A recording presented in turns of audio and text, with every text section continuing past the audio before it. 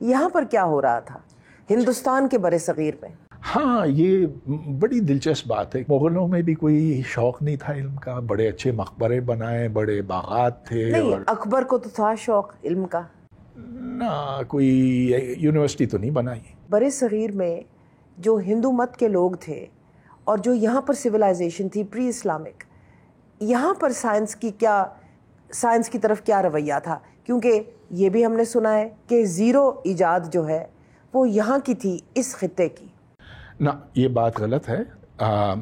البیرونی جب یہاں آیا 990 سم تھنگ، اس وقت اس نے یہاں آ کر سنسکرت سیکھی. اس نے 13 سال تک سنسکرت سیکھی. اس نے دیکھا کہ یہ برہمنوں کے پاس کیا علم ہے، ان کی پرانی کتابوں میں کیا علم ہے، اور وہ اس سے بڑا متاثر ہوا. اس نے کہا کہ ان کی ریاضی، ان کی فزکس تو لاجواب ہے، اور جو ہندسے ہے نا اور صفر، یہ البیرونی نے عرب پہنچایا. اچھا، یہ دیکھیں اردو میں ہم کیا کہتے ہیں؟ ہند سے. اچھا، ہند سے آیا. ہاں، تو پرانی ہندو تہذیب کی بڑی کامیابیاں تھیں، اور وہ آج کل ضرورت سے زیادہ اس پر فخر کرتے ہیں. میں کہتا ہوں ضرورت سے زیادہ اس لیے کہ ٹھیک ہے، مناسب، ٹھیک ہے، ہر تہذیب میں نا اپنے جو آباء و اجداد ہیں ان کی قدر کرنی چاہیے، لیکن وہ تو اب پرستش پہ لگ گئے، جو اچھی بات نہیں ہے. ہم بھی یہی کرتے ہیں. تو ایک متوازن سوچ رکھنے کی ضرورت ہے. اوپن ہائمر نے جب نیوکلیئر بام کو ایجاد کیا تو انہوں نے یہ بات کی، I have become death, the destroyer of worlds. Yes. You're on the record as being a critic of the bomb. اور آپ نے کہا اس سے ہمیں کوئی فائدہ نہیں ہونے لگا. میں پہلے بھی تھا، آج بھی ہوں، اور ہمیشہ تک رہوں گا. اس میں میری اپنی تعلیم کا بھی کچھ قصور ہے، کیونکہ میں نے ان لوگوں سے پڑھا جنہوں نے پہلا ایٹم بم بنایا تھا. ان میں ایسے لوگ ہیں جیسا کہ professor Philip Morrison, professor Victor Weisskopf, professor Bernard Feld وغیرہ. تو یہ وہ لوگ تھے جو مینہٹن پروجیکٹ میں خود شریک تھے، جنہوں نے نئے فزکس کی اصول دریافت کیے، اور جو بعد میں بہت مشہور بھی ہوئے اس وجہ سے. لیکن یہ ان سائنسدانوں میں شمار ہوتے ہیں جنہوں نے جب ہیروشیما اور ناگاساکی کا سانحہ دیکھا تو پھر ان پر پچھتاوا آیا. جب ہندوستان نے دھماکہ کیا تو مجھے اس کا بڑا دکھ ہوا، بہت مجھے ٹینشن ہوئی، اور میں نے کہا کہ ایسا انڈیا کو نہیں کرنا چاہیے تھا. صرف 5 ملک ہیں جو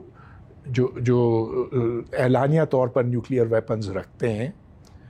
اب انڈیا اور پاکستان بھی اس میں شامل ہو گئے. جو نیوکلیئر کلب ہے وہ چھوٹا ہے. 190 ایسے ملک ہیں جن کے پاس ایٹم بم نہیں ہے، لیکن وہ ٹھیک ٹھاک خوشحال ہے. آپ دیکھ لیجئے، کیا ہالینڈ کو ایٹم بم چاہیے؟ نہ. جاپان کو چاہیے؟ نہ. کارگل کی جنگ دنیا کی پہلی جنگ ہے جو نیوکلیئر ویپنز کی وجہ سے ہوئی. آپ کہہ رہے ہیں کہ کارگل کی جنگ ان 2 ممالک کے درمیان ہوئی جن کے پاس نیوکلیئر ویپنز تھے، اور نیوکلیئر ویپنز کے ہونے کی وجہ سے ہوئی. جی بالکل. اگر نیوکلیئر ویپنز نہ ہوتے، صرف کنونشنل ویپنز ہوتے، تو ایڈونچرزم نہ ہوتا. بالکل. کتنی یہ آئرنی ہے کہ انڈیا نے اپنے نیوکلیئر پروگرام کا نام اسمائلنگ بدھا رکھا، جبکہ گوتم بدھ وہ ایک نہایت پیسفل شخصیت تھے، اور انہوں نے جو تلقین کی دنیا میں وہ یہی تھی کہ امن شانتی سے رہو. تو انڈیا نے تو اپنی پرانی تہذیب کو بھی الٹا کر دیا. انڈیا نے جو کیا غلط کیا، شرمناک تھا اس کو اسمائلنگ بدھا کہنا.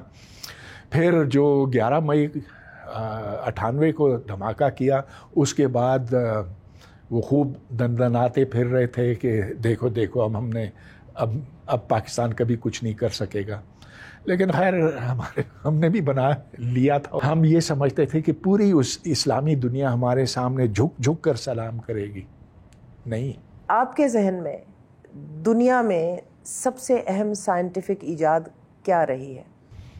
پہیا. ایک ہے پہیا، the wheel, and after the wheel آگ.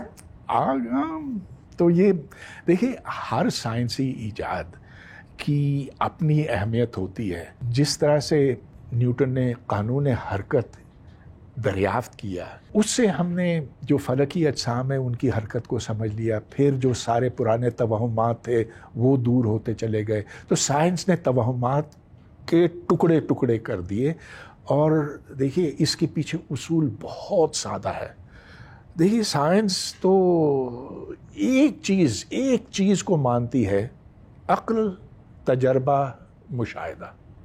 اگر کوئی چیز پروو ہو جاتی ہے تو وہ تھیوری بن جاتی ہے, اور پروو کرنا جو ہے وہ مشاہدہ کرنا ہے ایک چیز کا, اور پھر اس کو قبول کرنا پڑتا ہے. بالکل قبول کرنا چاہیے. اس کے باوجود بہت سے لوگ نہیں قبول کرتے. اب بھی ایسے لوگ ہیں جو کہتے ہیں کہ زمین ساکن ہے اور سورج اس کے گرد گھومتا ہے. اور وہ کئی ایسے لوگ امریکہ میں بھی ہیں.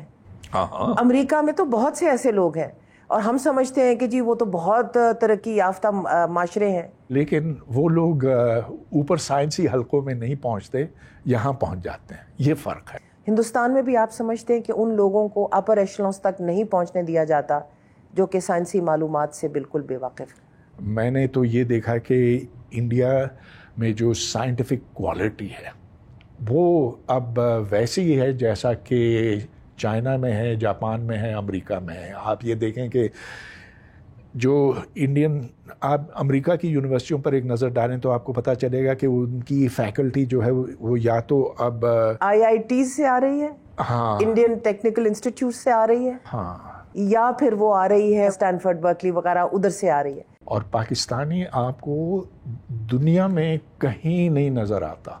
عالم اسلام میں اتنا قحط و رجال کیوں آج کے دور میں؟ تو یہ آج کی بات نہیں ہے. 800 سال پہلے, 900 سال پہلے جب ذہن سخت ہو گئے, جب باہر کی سوچ قبول کرنے سے ہم نے انکار کر دیا, جب ہم نے یہ کہا کہ ہم سے بہتر اور بالا کوئی نہیں ہے, تو ہمیں اوروں سے کیا سیکھنا ہے. چارلز ڈارون کے بارے میں آپ کا کیا خیال ہے, جنہوں نے 150 سال پہلے ایوولوشن کی تھیوری دریافت کی؟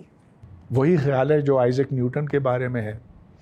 نیوٹن نے میکینکس کی بنیاد رکھی, اسی طرح ڈارون نے حیاتیات کی بنیاد رکھی. اب جو اسے نہ مانے بے شک نہ مانے, لیکن پھر بایولوجی کرنا چھوڑ دیجئے. بایولوجی کرنے کا ارادہ بھی ترک کر دیں, فزکس کرنے کا ارادہ بھی آپ ترک کر دیں, تو کتنی چیزوں سے آپ نے جان چھڑانی ہے, اور اس دنیا میں قائم دائم بھی رہنا ہے, کیسے ہو سکتا ہے؟ ہاں, لیکن آپ کو اپنا موبائل بھی تو رکھنا ہے, ادویات بھی تو آپ کو چاہیے, آپ کو گاڑی میں سفر کرنا ہے. ہم جدید دنیا میں کیسے آ سکتے ہیں؟ تو آپ کا سوال یہ کہ سوچ کو نرم کیسے کیا جا سکتا؟ جی بالکل. اور اس کا ایک ہی حل ہے, پڑھنے سے, دیکھنے سے, سمجھنے سے.